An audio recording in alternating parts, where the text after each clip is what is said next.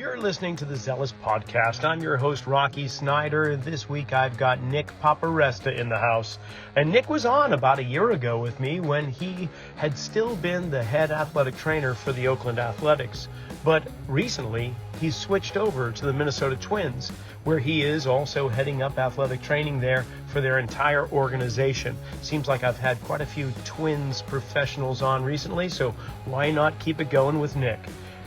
Follow us on Instagram while you're there, Rocky_Snyder. Hit the subscribe button, and here we go. Well, you know, Zealous Podcast has been going on for a little bit, and I can tell that because now I get to invite guests back that have been on previously. And this week I get Nick Paparesta back in the house with me. And now the last time Nick was with me, he was head athletic director of the Oakland Athletics. And now, well, things have changed a little bit. He's out in Minnesota with the Twins organization. So Nick, first, welcome back, man. Good to see you. Thanks so much for having me back. I appreciate it. Yeah, I've been following along and listening to some of your interviews and stuff. And so I'm glad we're able to kind of circle the wagons back around again. Yeah, well, you were one of the fundamental guests I had in starting to grow this to where it is now. So thank you for that. But I'm curious, like you've been with the A's organization for a long time. Are we talking like 13, 14? How long? 12 years. 12 years with the A's. Yeah. 12 years. So you really developed a great program there over the course of time. And now you're stepping into a new role with the Twins. What's that like? Yeah. So it's great that you're kind of rebuilding again, or I guess starting anew again, but like also some of it from a development standpoint, from my standpoint, is knowing that I've left behind something that I think works efficiently and very well in Oakland with Brian and Jeff that I left behind there, that are able to kind of spread their wings a little bit and grow and be able to do what they want to do a little bit too. So it's a good thing to have, but also a little bit of a kind of missing in the background, of the guys that I worked with for so long over there, Yeah. So how much of your program are you able to bring with you? Like what you developed with the A's, fabulous. And I got to say, watching the games, it always gives me a kick. See you running out on the field and dealing with the athletes going, oh yeah, I just got to touch base with Nick again. But what is it like to take your program, and are you able to like fully implement it into the Twins, or do you have to kind of pick and choose? What's that like? Yeah, I think it's exciting, right? It's exciting to, not only bring in kind of what I've been doing for 12 to 16 years or whatnot, and also get their opinion of things too, like see it from a different perspective, right? So when you're together with guys for 12 years, you kind of all start to see things the same way when it's all said and done. But like being able to kind of put this into Minnesota, to answer your question, no, you don't just throw all of it in there, right? Because it's just too big of a pot. I think we start really simple. We get really good at the simple things and the small things, and then you begin to kind of build and layer in things as we kind of move through the years to come, as we get through this process. The biggest thing is pitchers, arm care, and basically just trying to get that rotator cuff strengthening and the glenohumeral stability and the forearm strengthening and the scap. Those things that we've always talked about and preached. You got to start slow, though. You can't just throw 500 exercises at an entire group of people and think that they're going to remember them all, know them all, and be able to implement them all. So it definitely is something you kind of piecemeal in a slow process for sure. Well, I know within my industry of like strength conditioning and fitness, the nomenclature is not homogenous from one location to the other. You might have something that you'll call a Frankenstein, somebody else will call it a barking spider, and somebody else will just call it, you just don't know. So when you go and start talking to trainers and you're looking at a program they create, it's hard to truly understand. I mean, there's the typical lifts that you see, but then there's some other things you're like, I have no idea what that is. Is that happening in your field of athletic training as well?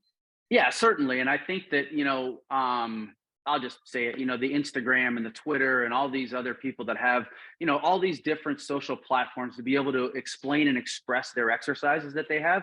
but it seems like nobody's speaking the same language. Everybody has their own version of how they want to call this exercise or that exercise. And I think having the ability to just kind of get everything circumvented together in my organization, that we're all speaking the same language, we're all saying the same things about probably the same exercise, but one person may call it this or one person may call it that, or not everybody has been around as long as I have, so they're just newly fresh out of school, so there's a different way to say it or present it, and just kind of get everyone together, kind of, I guess, rowing the boat in the same direction, if that makes sense, just so the players don't get inundated with all this different information and verbiage that's coming around, and they understand the process and the plan from day one, because we're all thinking about it and speaking about it in the same direction. Well, that makes complete sense. But what about how you implement that? Like, how do you get everybody speaking the same language? I mean, it's almost truly like you're the United Nations. You're coming in and you're taking all of these different. How do you put it all together? Yeah, so it's a good question.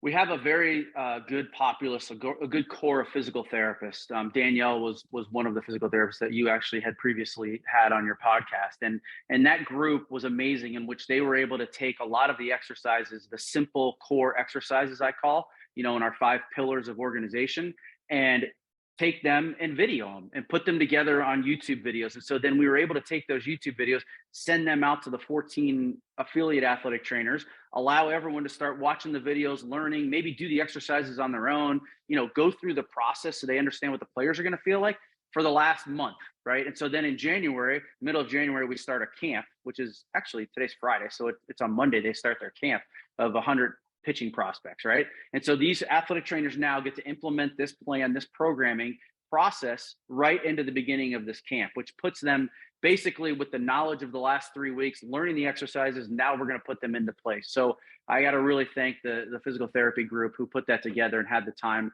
to kind of iron that out for me a little bit. And it's difficult, right? Because I'm giving them exercises and they're reading them, but they're like, what does that mean? How does that look exactly? So I'm videotaping myself do the exercises, sending it to them via text message. And then they're, basically doing the hard work, which is doing the exercises, editing, putting the voiceovers on it, so on and so forth. And what about the conceptual ideas behind the movements and exercise? Because it's great that we have this library list of exercises and we can pick and choose whichever ones we want. But how is it that you're getting across the concept behind why are we doing this and why have we selected this or these? Right. Yeah. And I think that the biggest point of conjecture for everyone is we need better rotator cuff strengthening. We need better glenohumeral stability. We need better scapular strength and endurance. And so what we do is we then take the exercises, we do the programming process of it. So the 5 pillars I'll go back to: rotator cuff, glenohumeral stability, mobility, elbow strengthening, and scapular endurance, right? So anytime they throw off the mound, they do 3 of those exercises. They pick a rotator cuff exercise, an elbow exercise, and a glenohumeral stability exercise. And then the next day, you then back that up with scapular endurance strengthening and mobility of the glenohumeral joint or scapular joint. So now you're getting 2 days of work in, because you got to throw off the mound, then you need to get your work in the next day. Then they have a recovery day, and then they go back into this process again. And so it puts you into a fold of where you can begin to build out a 5-day rotation, a 6-day rotation, or a 7-day rotation, depending upon what that affiliate's doing. And then to get deeper, we built the exercises out so that everybody can do them no matter where they're at. So the Dominican program all the way up to the major leagues. And you're talking about different affiliates that are traveling within different components that have different abilities to carry certain, weights or bands or whatever it might be. And so we're giving them a library of exercises that you can do anywhere with anybody, right? If that makes sense. Sure. And curiosity is getting me right here, because I can totally understand the 5 pillars. I'm curious though, do you place them in sport specific positions or are they just in a standing, lying, seated, kneeling position? They do them in all the positions, right? So every exercise has a different facet. So the shoulder manual program is going to be supine laying, but you're also going to be prone laying. There's other rotator cuff exercises with the standing weights that you're going to do standing. Obviously, you're standing. There's table weights. You're going to be doing prone off one side. You're doing it unilaterally on each side. because bilateral, a lot of time guys don't give you the effort they need to because they can't handle it. So we do it in all different facets, right? Baseball's played with your feet on the ground. And so my belief and understanding is we need to do exercises with your feet on the ground. And that's the reality of the situation of like, you can do all these other exercises with your feet on the wall, but you have to be able to translate that to your feet on the ground, because that's really where the work's done. Yeah, totally. And I mean, we've had conversations about this in the past, and I know you've been kind of listening into some episodes here and there. So you know that I kind of geek out on closed chain biomechanics and Oh yeah. And where does the rotator cuff begin? Where does it end? I mean, we can look in the anatomy book and say, oh yeah, supraspinatus, infraspinatus, teres, blah blah blah. But that scap comes down and attaches to the rib cage. The ribs are to the spine to the pelvis all the way down to the foot. So in your professional mindset with all of this, where does the rotator cuff begin and end, or does it? It doesn't. It doesn't begin and end. I think the rotator cuff is only a small piece of the holistic process of the whole body, right? So this program, while it may seem very, it may be very much in its own silo in the athletic training department, it's really just a piece of the entire encompassed group that we have with strength and conditioning, physical therapy, and athletic training. It is all a group together working holistically with the whole body, right? There's nothing in the athletic training room that's going to prevent them from being able to do what they need to do in the weight room. And there's nothing they're doing in the weight room that's going to prevent them and or overload them from what they're doing in the athletic training room. That's why all groups are involved and all groups are part of the process. And how do they interlay or intermix, like weave into one another? Especially, we'll take physical therapy, athletic training, strength conditioning. How, I just imagine that there's going to be almost like a stereo equalizer where you see these bars floating up and down in different components, different frequencies, in this regard, we want to be at this level of progression or regression for this particular movement. We want this and that. Is that like where you guys are doing that? And how is it that you weave them all together? It's exactly that. It's an equalizer with an amplifier, right? So like that's the beauty of the situation, is that you're going to go through the roller coasters of the season. Guys are going to have periods of needing to deload from activities and also overdose on activities to be able to get them back and ramped up to their process, right? So you're going to be all doing your same individualized jobs, but you're going to be working holistically on one individual group or person, which is the player. So to answer your question, it's getting the strength conditioning department to understand and get into what we're doing on the arm care side of things. It's getting the physical therapy department to use that arm care process with the rehab players, not just doing only the rehab exercises that they like or they've used. You have to use the program that we're all using together so that we can interchange it and move it throughout the whole process. I think a lot of misconception is that strength and conditioning is where all the power and the heavy and the lifting and the loading goes on, where I think that the reality of the situation is that is where it goes on, but we need to work on the deceleration. We need to work on the slowing down of the arm. We need to work on the pronation strength of the forearm to protect the elbow ligament. Like those things still work together in harmony. It's just all about sitting in the room and talking together about what we're doing with these guys. So not to completely simplify this, but it's just coming to my mind that if we were to select the different contractions within a muscle, we've got eccentric, isometric, concentric.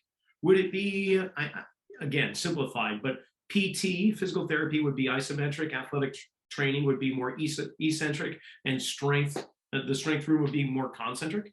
Yeah, I would agree with that. I think that you can simplify it to those quadrants, right? So physical therapy is, calm the joint down, get rid of the pain, get rid of the discomfort, begin to work on the isometric movement patterns, maybe get that end range strength that you need to have before you get back into a throwing progression or some type of movement pattern. And I think the athletic training side of things is let's really work on getting those things to slow down and be under control, have a kinesthetic awareness of where they are in space at all times. And then I think as far as the strength conditioning department, like you mentioned, like those are the movements, those are the big movies, those are the big muscle movers. Let's focus on the big muscle side things on that side. Let's focus on the trunk stability, the thoracic spine stability. Let's get the hip mobility and the training. Like those things are all, like you said, working together, but you're trying to almost make sure everyone is in a finite detail of what they need to do in each area. That's fabulous. Okay, you mentioned already a couple times 14 affiliates.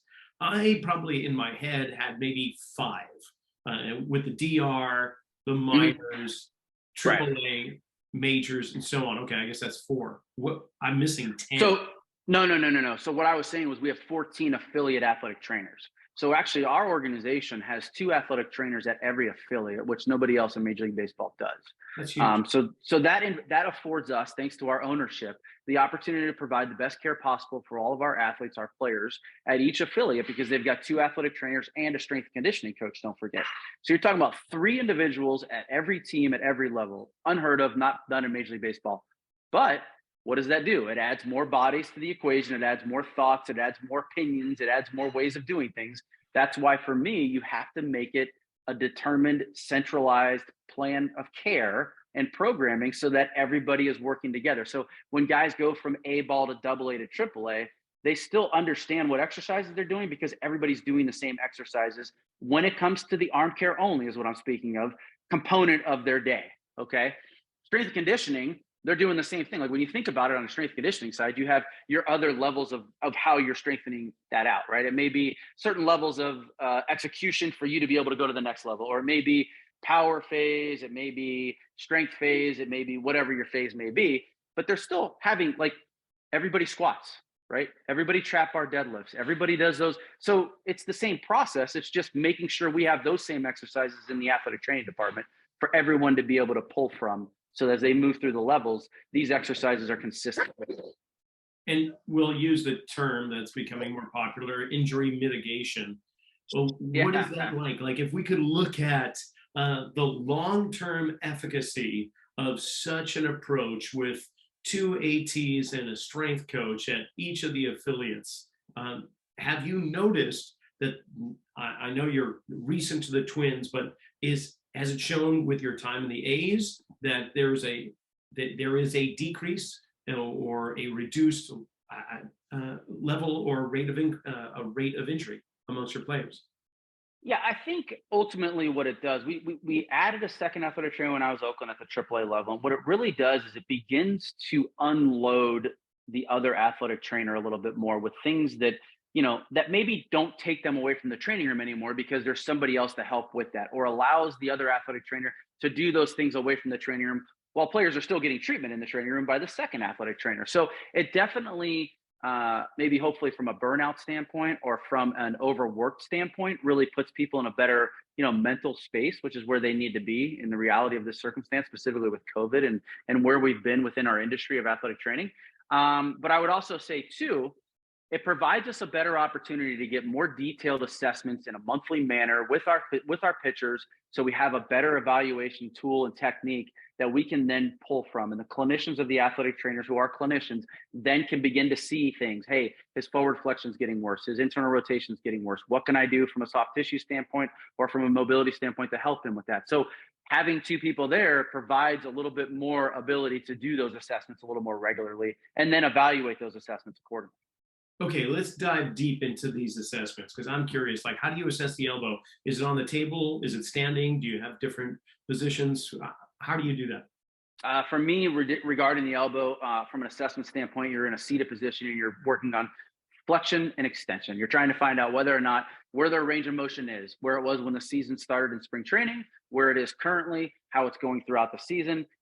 Inherently, you're probably going to see some extension lag. It doesn't surprise me that you're going to lose extension as you go throughout the season. You just have bony and muscular and tendon adaptations that occur for pitchers, not uncommon. But maybe there's a number that you're like, that's a way more than it should be. Or maybe we need to work the bicep and tricep a little bit more. And then we go to the shoulder joint and we do the same thing from, extension, you go into external rotation, internal rotation, you do forward flexion. And then we do manual muscle testing with handheld dynamometers as well to give us a little bit of a feedback from a foot, from a, I believe it's measured in foot pounds.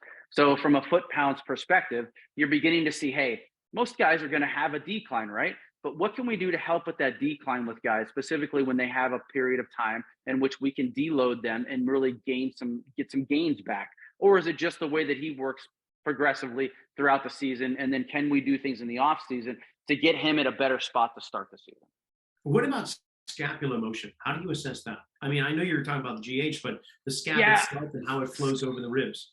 it's so hard, right? So like back in Right. the day, Reinhold and Lenny, they were doing a lot of the what do they call that with the digital The markers.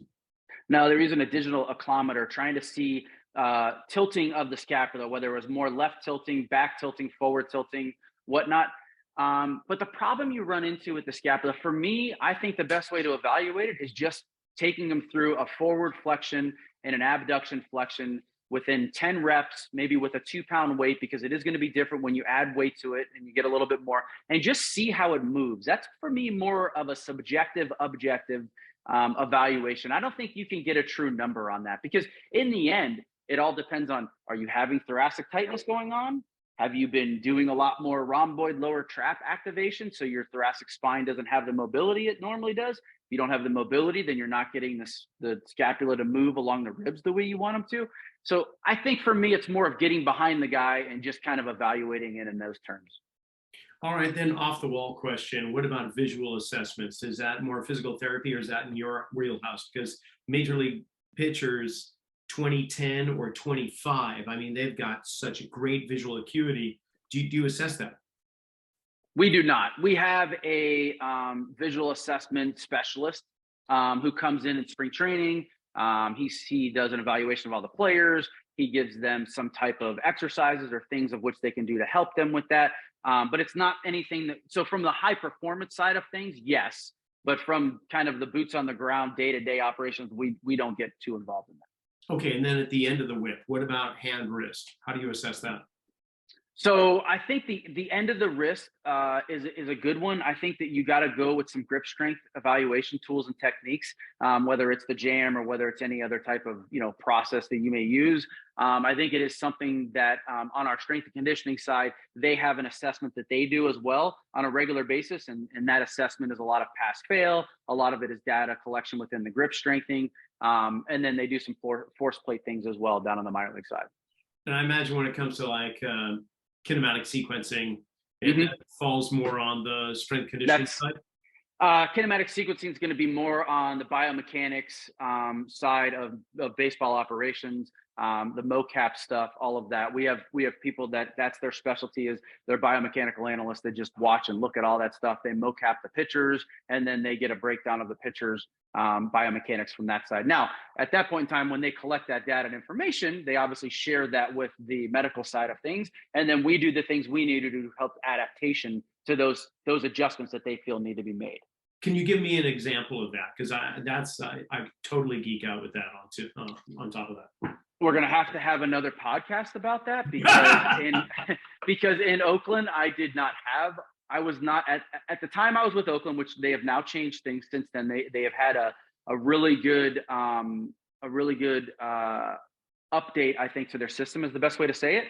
Ownership has really gotten involved, and they've really gotten into those things now. So this is the first year of them really getting into it. And since that wasn't something I had in the past, I would have to wait to tell you once I get a little bit more experience on it with the Minnesota Twins, who have had it for a few years now. Each team isn't the same, Rocky. Each team isn't the same. Everybody has their own way of getting what I would say their advantage is the right way to put it, right? And so it depends on dollars to cents and where that works for you. And Oakland now is beginning to get up to the level of some of these other organizations that have been doing it for a number of years.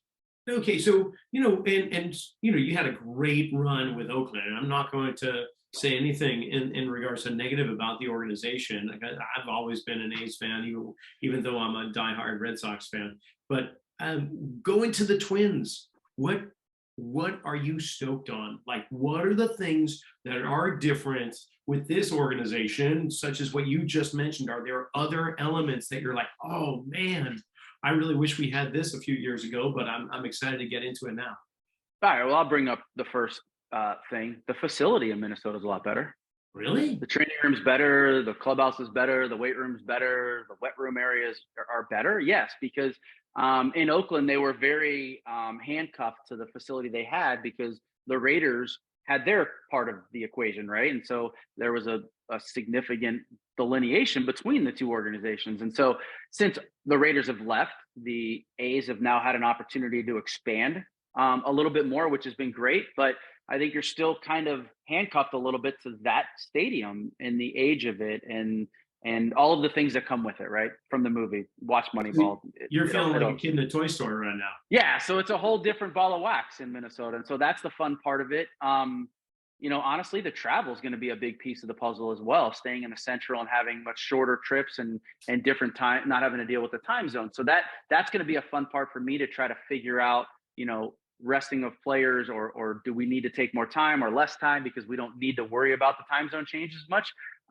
The other thing is just a little bit larger number of resources. Like I mentioned before, having all of those extra athletic trainers at the affiliates, how to better utilize them, how to utilize the extra hands I have at the major league level, and maybe just sit back and take a breath a little bit every now and then, to be honest with you.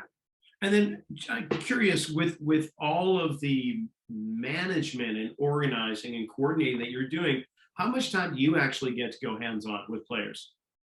Oh, that is the one thing that I make that it's imperative. I don't lose that time.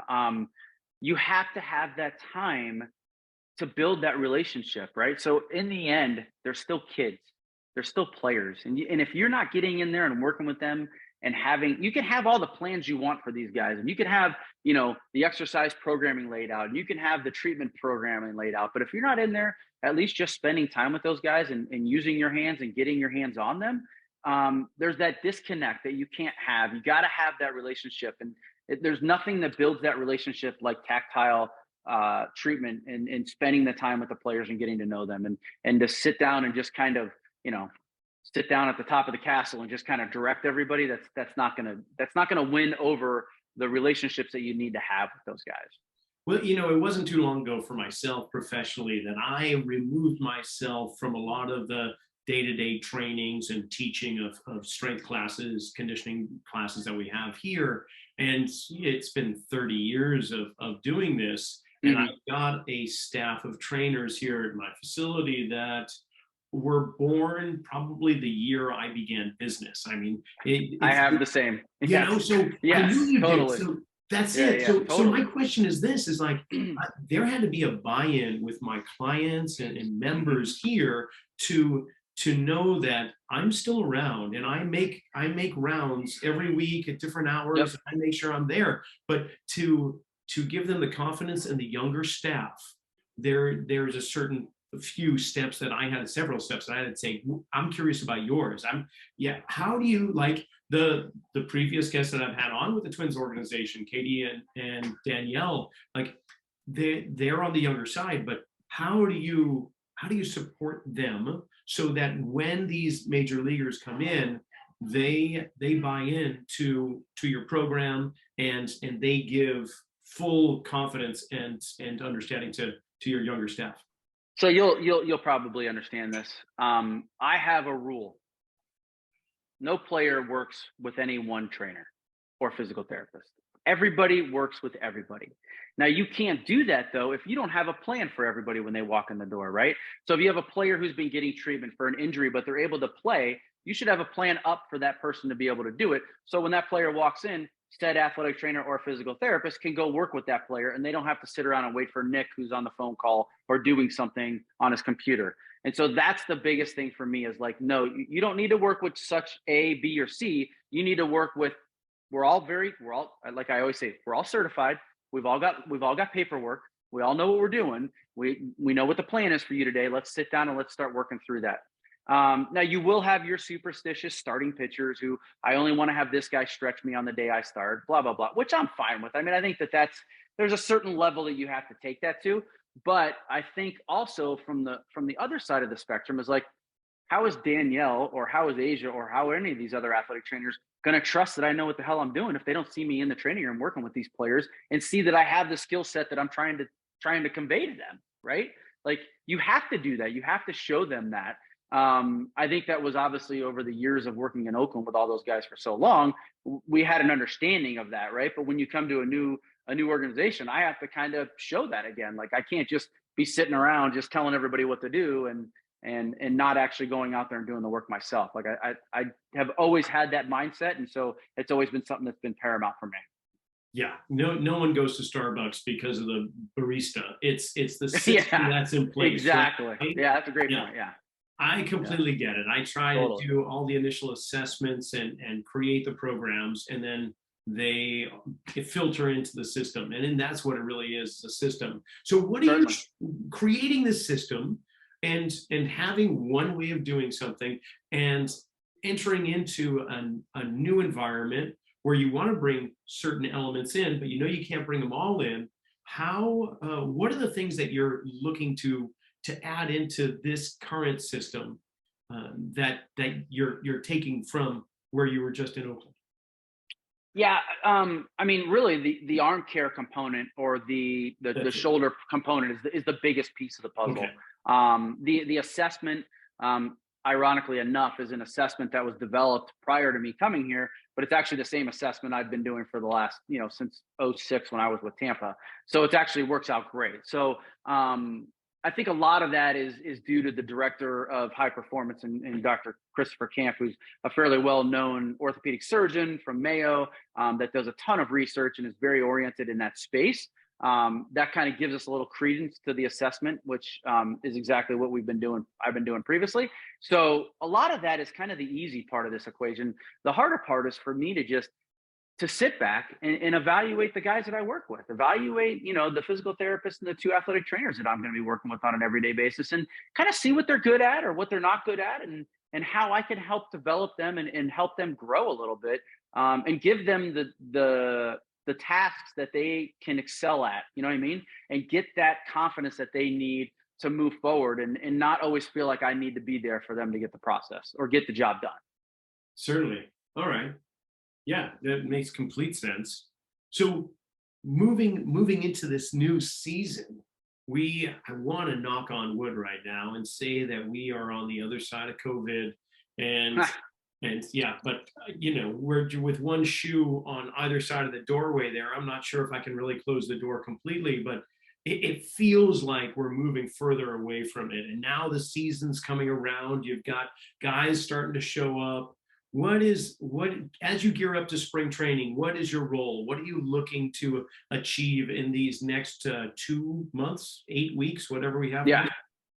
Yeah, I think the biggest thing is getting the rehab players, so the players that have been coming back from surgery or coming back from some type of injury that's caused them physical therapy needs in the off season, and basically getting to the tail end of those processes and making sure that those players have an expectation and understanding of what we think they're going to be able to do in spring training, right? Because everybody comes to spring training thinking they're going to make the team, or they need to make the team, or I need to do this or that. And what happens is they ultimately put themselves over their skis in regards to a timeline or an ability to be able to heal. And so I think just being upfront and honest with those guys about what needs to be done and the timeline that we look for them and expect of them. And then, basically telling the front office and the coaching staff all of the other things that need to be told to them in regards to where the risk is, what the thought process is on these players, what we think from a physicality standpoint they can accomplish over the next 6 months, and just really trying to hone in and understand the guys as they get there. A lot of it is just going to be listening and talking to players and how the offseason's gone and doing some assessments with them when they first arrive. Which is why I'm probably going down to spring training a week earlier than I normally would, because I need to get the lay of the land a little bit, right? I need to figure out where everything is in the clubhouse and the stadium and where we're at, because I've never really been inside that facility on the home side. So there's a lot to do in a short period of time, but I think that's really what athletic trainers do as a whole. They put square pegs in round holes all the time. And I think that's really what our skill set is, that a lot of people just don't understand that. That's what we've been doing for years, and I'm pretty confident in us being able to accomplish that. And where is Minnesota's spring training camp? It's in Fort Myers, Florida. Fort Myers, okay. Yeah. It's either Florida or Arizona, isn't it? That's it. Two spots. There's only two. You're 50-50 on your guess. And then in a more personal note or question, it's like you're a family man, you've got wife, kids, so on. How does that work for you? Just if we were to just speak out to the young athletic trainers, strength coaches that are looking to potentially get into major league sports? Like, what is that like? Does that put a strain on your family? Yeah, it certainly does. I think that one of the reasons that we left Oakland and came to Minnesota was due to the family side of things. I have a son that goes to school in Southern Illinois, which is south of St. Louis, a couple hours. My wife is from the Cleveland area, born and raised, and we kind of felt like the Midwest was something we would probably get back to at some point in time. So Minnesota was a beautiful landing spot for us. And then being in Fort Myers, I grew up in North Fort Myers, so I grew up down there. So my mother still lives in Fort Myers. So I'll be spending 2 months a year, with her or other times on and off throughout the off season when I go visit. So that's a big piece of this. So the family component of it is definitely something that was very close to us and true to our heart of what we wanted to do. And then kind of speaking long term, it's about the relationship that you have and how can you basically foster that relationship from an extended length of miles or length of time away. My wife is a huge piece to that. She really does everything, and she allows me to perform the duties that I do for the organization. The invention of FaceTime has been great. It's been a nice piece to the puzzle. But I think you have to find the time throughout the day to be able to carve out your discussions and your time with your family. I had a manager back in 1996. Joel Skinner was his name. He was a player, catcher for a long time. And he used to say, when you get to the ballpark, you need to leave your home at home. When you get to the ballpark is when you start your work. Like, that's your job. And when you're at your job, obviously if something comes up and there's an emergency or there's family needs, you have time, you go take care of those things. But when you're at work, your focus should be on work. And that's always been the mindset for me when the process comes and the season begins. That's really the way it is. Right on. Okay, in terms of schooling these days, and it happened kind of recently, I don't know how many years back, but in order to be an athletic trainer, you now must be more than just acquiring a bachelor degree and getting certified. Now it requires a graduate degree. So sure. What do you think of that idea? I mean, more knowledge is always good, but the cost of going for more schooling compared to salary potential for athletic trainers what are your thoughts on that? So good question. I have two thoughts. I think the 5th year of school is very beneficial. I think having a son now who's in college and kind of looking from afar at it, I think the 5th year of schooling is something that you really have that opportunity to hone down on what you want to do for a living. Do you want to do let's say from an athletic training perspective, do you want to do it clinically? Do you want to be with a college team? Do you want to be with a pro team? Like, I think that really allows you that opportunity to get to that point in your career. I would also say the 5th year of school is going to do nothing but help these young athletic trainers with the certification exam, because it is so tough. And it was so tough when I graduated with only 4 years. But I will say they need to get back to some type of internship programming. They need to get back to some type of hands-on experience because they don't have that. And when I was in college, 30 years ago, 20 something plus years ago, you did the internship program that I went through. And I had, thousands of hours of real life experience that really kind of propelled me into my professional, minor league baseball career. So I always say I got a master's degree in the minor leagues. It's kind of where I got my master's degree of education. Not that it's really any type of thing. But I do believe that there's so many athletic trainers that are coming in with so little experience of the real world that finding a way to get those two together, I think would be the perfect kind of utopia of what it should be. I think they're working towards that, but I just don't think they're there quite yet. And so it's a lot of onus on those young athletic trainers to go find that experience elsewhere. And that's tough. It is. It really is. Within Major League Baseball itself, is there a program or a system? Yeah, there is. Yeah. So the Professional Baseball Athletic Trainer Society, which is PBATS, we have an internship program that we have that athletic trainers can apply for, students can apply for, to be placed with major league teams, minor league teams, anything geographically that may fit best in their system. And then it's up to those teams to basically bring those individuals in to give them the hours and teach them, and basically further the education of all of them that need it, and give them some valuable experience. Oh, that's great to hear. Yeah. So it's not just one team seeking out; it's a network. Correct. Yes. And PFATS, the Professional Football Athletic Trainer Society, I believe, has it as well. I'm not sure if the NBA does it, but it's definitely something that it can wet the whistle a little bit. It can kind of tell you, maybe this is something I want to do. No, I don't want to be spending this many hours at the ballpark type of thing. It gives you that little bit of a chance of doing it before you kind of get into a full season contract, if that makes sense. It totally makes sense. Now, the marriage, I will say, of physical therapy and athletic training has been going on for quite some time. And you'll find somebody that's an athletic trainer choosing a path into physical therapy, and then you'll find physical therapists that decide, I need to get certified as an athletic trainer. Obviously a great idea, because you begin speaking both languages, you're melding them both together. How many, yourself included, how many of the professionals within the organization have those blended credentials? It's usually not that many, maybe 3 or 4 of our entire group of, let's say there's 20 or so of us. There's probably only 3 or 4 that have both. And then what about the now carried over into the triad here of strength conditioning specialists? How many of the PTs, the ATCs are also CSCS? Oh, geez. I would say let's say Major League Baseball, just Major League Baseball on that side of things, I would say it was a very small, maybe 1 to 2. I know the guy in Texas, Jose, who's a physical therapist and a strength conditioning coach. There's maybe 1 to 2 individuals total that may have both of those credentials, or 1 or 2 of the 3 credentials, if that makes sense.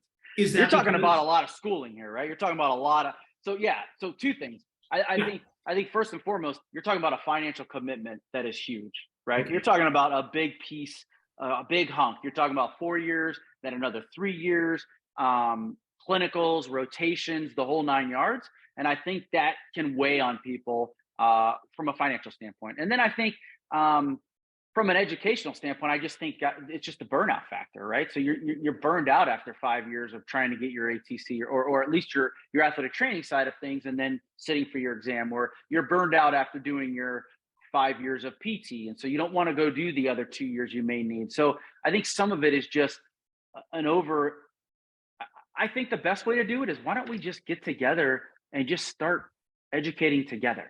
Why don't we build something that involves both specialties and just have it work together?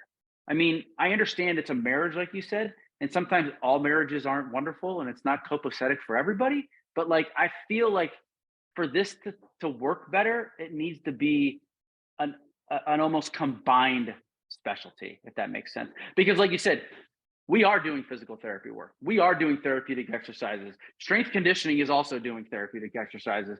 Corrective programming is therapeutic exercises. That's the reality of what it is, right? So we're all talking the same way. So why don't we all just educate the same way too?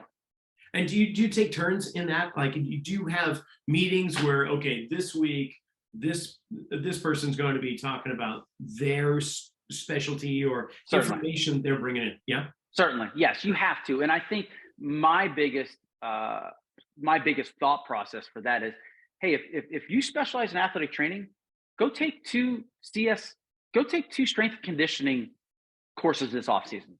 Hey, if you specialize in strength conditioning, go take 2 ATC courses this offseason. Go to an anatomy course, go to a dissection course, go to whatever it might be. If you're in physical therapy, go that way. Go one of each way if you want to, whatever. I think that you can find those tools. There's so many ways online now that you can go learn other techniques and avenues that you can use within your own scope. Yeah, completely. What about you? Where are your eyes going right now? Do you have any online courses you're thinking about?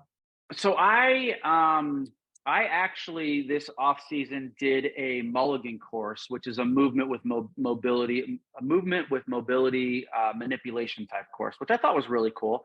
But and then we had our winter meetings course, which was, it's your basic course of, orthopedic medicine with lectures and panel discussions.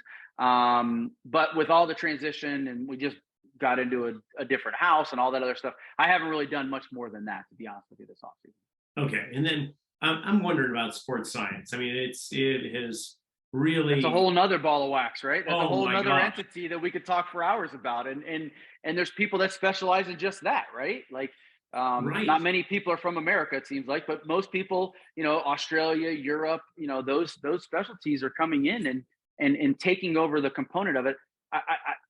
I wish there was someone that taught a sports science of baseball, because it's all rugby, it's all soccer, it's all, of those other sports that, like, baseball is a very unique facet of 180 games or 164 games in 180 days. Like that's not the way it is everywhere. And so I think we begin to see sometimes some of that transfer over is a little bit confusing for individuals, if that makes sense. Well, no, yeah, I'm just thinking about a chef in the kitchen using way too many ingredients and you lose the flavor. Correct. Absolutely. Yeah. So what do you glean from sports science? Because you've got a group over there. What are you hoping to pull from when it comes to that? Like in regards to arm care? Like right. So I think that's a good question. So I think from the sports science component of it, specifically, let's speak just on pitchers for right now. I truly enjoy the understanding of leverage innings, stress pitches, what it means to go out there. Like, every pitch isn't the same. Everyone can say, oh, well, you're pitching in the big leagues, every pitch is a stress pitch. That's not true. If you've been in the big leagues for 4 or 5 years and you're a relief pitcher and it's a blowout game, they're not the same pitches as if you're walking into a run game. They're not. I don't care how you say that. But having the ability to understand warm-up pitches and what that capacity does and what the work capacity of heavy inning loads compared to light inning loads and low leverage. So those are the things that I'm really intrigued in understanding about. And then from the position player side of things, for me, it's all about yardage. How much yardage are these position players running offensively and defensively? What's the total load that day? And then what's the threshold of what they've been doing above their 80% max effort, right?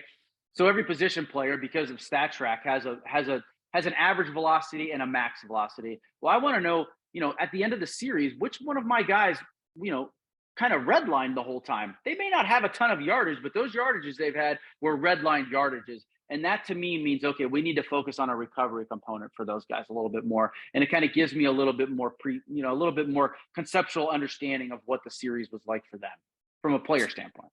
Certainly. I mean, baseball is the sport of statistics. I mean, it's sure. The interesting thing is when the season begins, you don't have much in the way of stats for performance. Right. And then by the end of the season, you're rife with it. But what about, instead of like at bats, RBIs, home runs, and so on, what if we're looking at the actual performance of the athlete? How do you carry over the previous season's statistics or sports science to this time in the year where spring training is just coming up? Yeah, I think it's a little bit cautious, to be very honest with you. I think you have to be understanding of, again, let's go back to the biomechanist, making some mechanical changes with a pitcher in the offseason and giving them some tools and techniques to accomplish that. Great idea. Okay. The thing is, though, is everybody needs to be aware of that within the group. You can't just have the biomechanist talk directly to the pitcher. The pitching coach needs to be involved. The athletic trainer needs to be involved. The strength conditioning department needs involved, because if you change things, you're going to have adaptations that need to be aware of, because you're going to have soreness, or you may have potential muscular fatigue within certain body parts you didn't have before, because you're making those mechanical changes. So my point to you is, it all has a piece to this, but everybody needs to be involved in the group, in the discussion. It can't just be cylinder. It can't be, just one person talking to one person about how we're going to make those changes, because a player may come in and say, hey, this is bothering me, that's bothering me, but it didn't bother me before. But just so you know, I started doing all these changes. Oh, well, geez, that makes all the difference in the world. I can totally get that, Totally. Okay. But then I see there being meeting after meeting after meeting. How do you home in on the main objectives without having a day filled with meetings. Like, I've got to meet with these guys and I've got to meet with these guys. And yet I'm still trying to keep my hands on these players. Like, how do you manage that? So it's not easy. It's about relationships with the pitching coaches, relationships with the strength and conditioning coaches, having that verbalization and that conversation, throughout the day about specific players, or during the game with the strength conditioning guys about specific players we see, or having us huddle together in the office, or we're all in the same office together. There's no reason to have like a set meeting time. Let's just chat throughout the day on how things are going. And throughout the long process of a season, that begins to become kind of second nature, if that makes sense. And then we do have a central place where all of this information is housed. There is a central hub of information gathering, both from all departments. And so you can always go to a player's page and kind of see those concepts or those things that they may be working on with them, which can kind of, in the end, it's your responsibility to be aware of your players. And so I put that upon myself to be. Is that in-house software that's been developed exclusively for the organization? Correct. Yes. Each individual organization usually has some type of in-house software that they house that information in, for sure. Okay. For my facility here, we use Team Builder. Yeah. We used to use Team Builder when I was with Oakland in the off season. It's a great way to send out programming for guys. It's awesome. All right. But this is much more than that, obviously. Oh yeah. No, this is biomechanical information, scouting information, advanced scouting information for the in-season stuff, physical evaluations, assessments, all that stuff. It's all in one space. It was built by the Minnesota Twins, and Oakland had one as well. Yeah, Oakland had one as well. And pretty similar. I mean, similar but different. Yeah, I would say that. Similar but different. Yeah. All right. Very good. All right. Yeah. Nick, an hour has flown by before I even knew it. Oh, great. Okay. Crazy. All right. So now what does your next few weeks look like? I mean, you've got players showing up on Monday, but right.